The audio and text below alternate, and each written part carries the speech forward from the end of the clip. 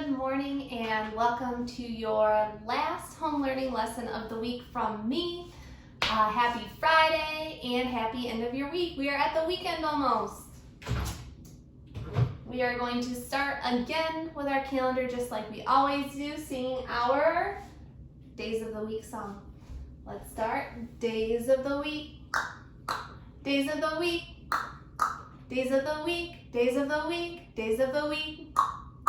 There's Sunday and there's Monday, there's Tuesday and there's Wednesday, there's Thursday and there's Friday, and then there's Saturday, days of the week. Awesome. Now I need to know what day of the week it is today. So we've had Monday, Tuesday, Wednesday. I remember yesterday was Thursday because it was our spirit day for reading. If yesterday was Thursday, who knows what today is? Take a minute, think about it. Starts with an F. Friday. Today is Friday. And our date, we are still in the month of April. It is April 17th. We are right here on our calendar for Friday. All right, it is time for good news. If you have any good news for me today, you don't need to raise your hand, but if you want to share it, have your family send me a message on Dojo or email. I would love to hear some of your good news. My good news for you today is Spirit Wear Day. So I have my red on for Westfield, my Westfield t-shirt, and I'm even wearing red and black pants for our Westfield Warriors. Okay, it is our last day working on characters, and I know you all are so smart, you have it down by now, but I will review it with you just in case. We have learned that characters are people, animals, or objects that are talking in our story. When we want to find those characters in our books, we have to stop and ask ourselves, who are the people, animals, or objects? And then we need to figure out who is talking. And remember, you are all good readers. You are doing this so that you understand the story better. In your learning packet today, you are reading again A Yard for All. I won't read it to you again because you can probably handle it on your own. Today, make sure you are looking in your reader's and writer's notebook. You do not have a constructed response today. It's a little bit different. So for this one, the directions are right at the bottom. It's a little bit tricky to see. It says, circle the words that make a sentence that tells about each picture. So I'll do the first one for you. We can work through it together. I see a picture. It looks like a little girl. Maybe she's holding a hat in her hands. So I have two sentences here. I have to decide what one tells me about the picture. This says, hat, have, little. What do we think? Does it make sense if I'm holding a hat? Hat, have, little. Maybe not. Let's try the next one. I have a hat. I have a hat. That sounds pretty good, right? So on this one, I am circling that bottom one that says, I have a hat, and matches my picture, and I am good to go. After you finish that, you are going to be working on your quick drill cards. So Miss Patterson, I think she's put up 2, maybe 3 videos for you to work on your sounds or those special words. You can work on those with your family. Your quick write today, you are telling me if you could paint your room any color in the whole world, what color would you paint your bedroom and why? I think I would paint my bedroom yellow. A lot of you know yellow is my favorite color because it is bright and happy and makes me feel kind of warm. So on mine, I might say, I want my bedroom to be yellow because it's my favorite color and makes me feel good. And your last thing for ELA, make sure you update your reading log. So remember to tell me what you read and then maybe something you learned about it, along with how many pages or how many minutes. We're going to dive right into math because today is a little bit shorter of a day. Go ahead, take a minute. You can look at our picture up here. Think about, what do you notice? What can you see? What do you wonder about?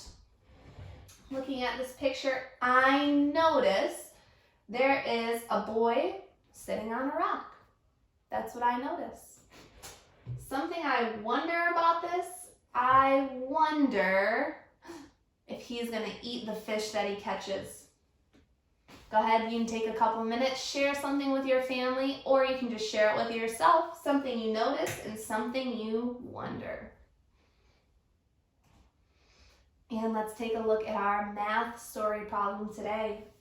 Our story problem says, Liam caught 3 fish before lunch. After lunch, he caught 7 more fish. I'm going to read it one more time to you. Listen carefully.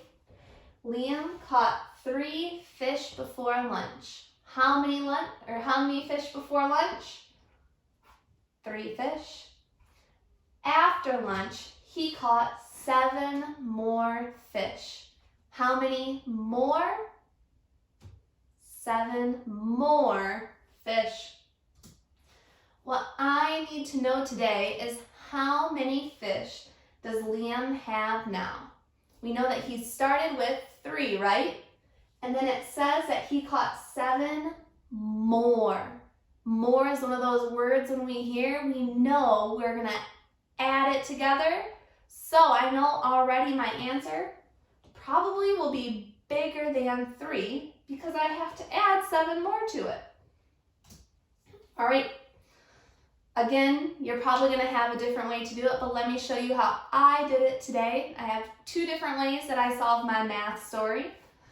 So I wanted to start like I usually do, putting down the first thing I heard. I heard that he started with 3 fish. I have my number 3, and now I have 1, 2, 3 fish. Next, I heard the number 7.